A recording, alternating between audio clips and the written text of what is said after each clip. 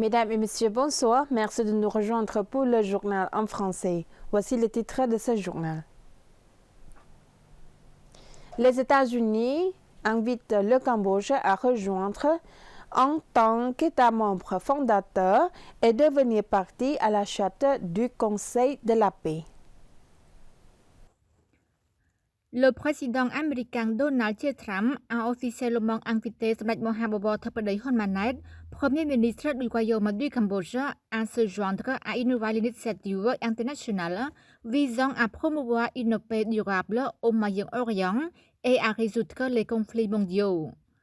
Dans une lettre datée du 16 janvier 2026, mais rendue publique le soir du 21 janvier, le président Trump a invité le Premier ministre Samdech Thappadej Honmanet à participer à ce qu'il a qualifié d'effort historique pour consolider la paix, en particulier au Moyen-Orient.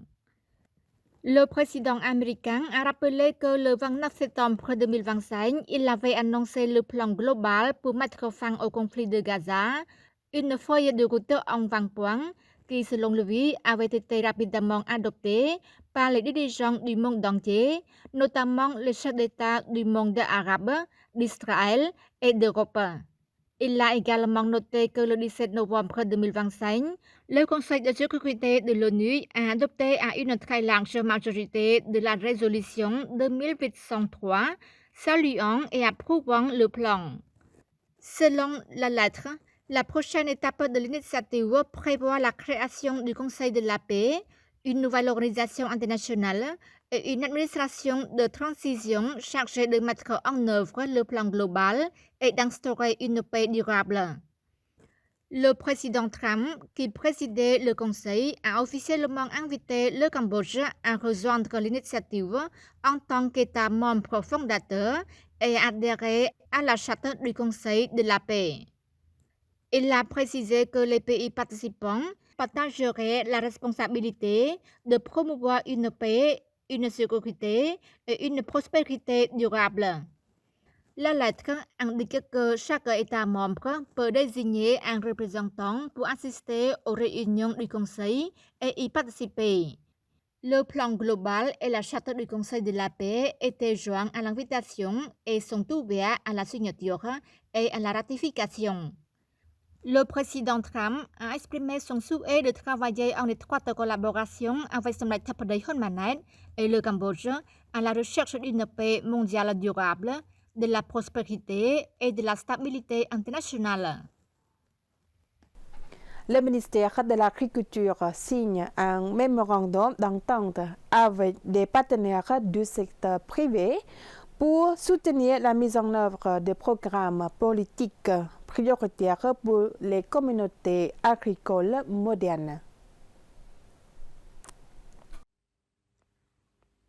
Au cours de la cérémonie de signature d'un mémorandum d'entente entre le ministère de l'Agriculture, des Forêts et de la Pêche et Sthapana Bank PLC, Son Excellence Datina, ministre de l'Agriculture, des Forêts et de la Pêche, a exprimé son accueil et sa fierté quant à l'établissement de nouvelles coopérations avec le secteur privé en qualifiant que ce mémorandum contribuera de manière significative au développement du secteur agricole, à l'amélioration des conditions de vie de la population et au renforcement de la durabilité. Sthapana Bank devient ainsi la 5e banque partenaire à avoir signé un mémorandum d'entente avec le ministère de l'Agriculture afin d'octroyer des prêts à taux d'intérêt réduit aux communautés agricoles modernes. À cet effet, la banque prévoit un fonds spécial de 3 millions de dollars américains destiné à accorder des crédits aux communautés dans des conditions appropriées. Quant à Carbon Capital Co. Ltd, il s'agit d'une entreprise spécialisée dans la collecte des déchets de lisier provenant des élevages porcins pour la production de compost dans le but de réduire les émissions de carbone, de fournir un compost de haute qualité, de créer des sources de revenus supplémentaires pour les éleveurs de POC ainsi que de développement des activités liées au crédit carbone. Dans le cadre de ce mémorandum, Carbon Capital Co. Ltd contribuera par une partie de ses revenus au soutien du Fonds de développement des communautés agricoles.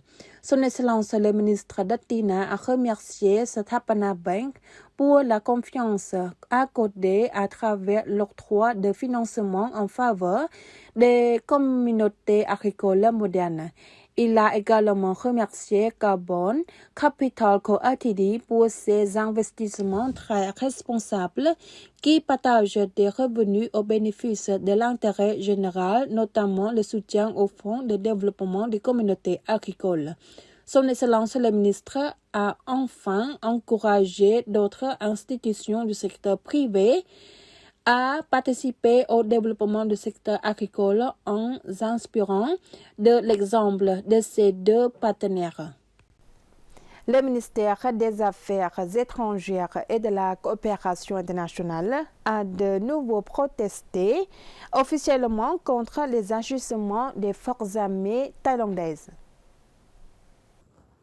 Selon le communiqué de presse rendu public le 21 janvier 2026, le ministère des Affaires étrangères et de la coopération internationale a de nouveau protesté officiellement contre les agissements des forces armées thaïlandaises contraires aux mesures de réduction des tensions stipulées au point 1 de la déclaration conjointe de la 3e réunion extraordinaire du Comité général des frontières KBC du 27 décembre 2025.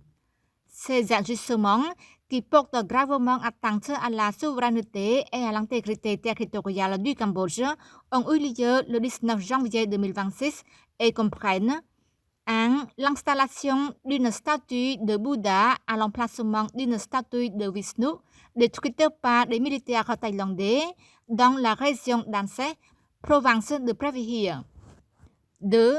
Le blocage de la route par des conteneurs dans la région de Bang Trakun, province de Banteay Miền Tây. 3.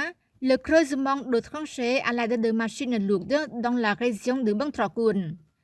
Le Cambodge appelle la Thaïlande à appliquer pleinement et fidèlement toutes les dispositions de la déclaration conjointe de la 3e réunion extraordinaire du Comité général des frontières en date du 27 décembre 2025, ainsi que les autres accords pertinents afin de réduire les tensions, de rétablir la confiance et de restaurer la paix entre les deux pays.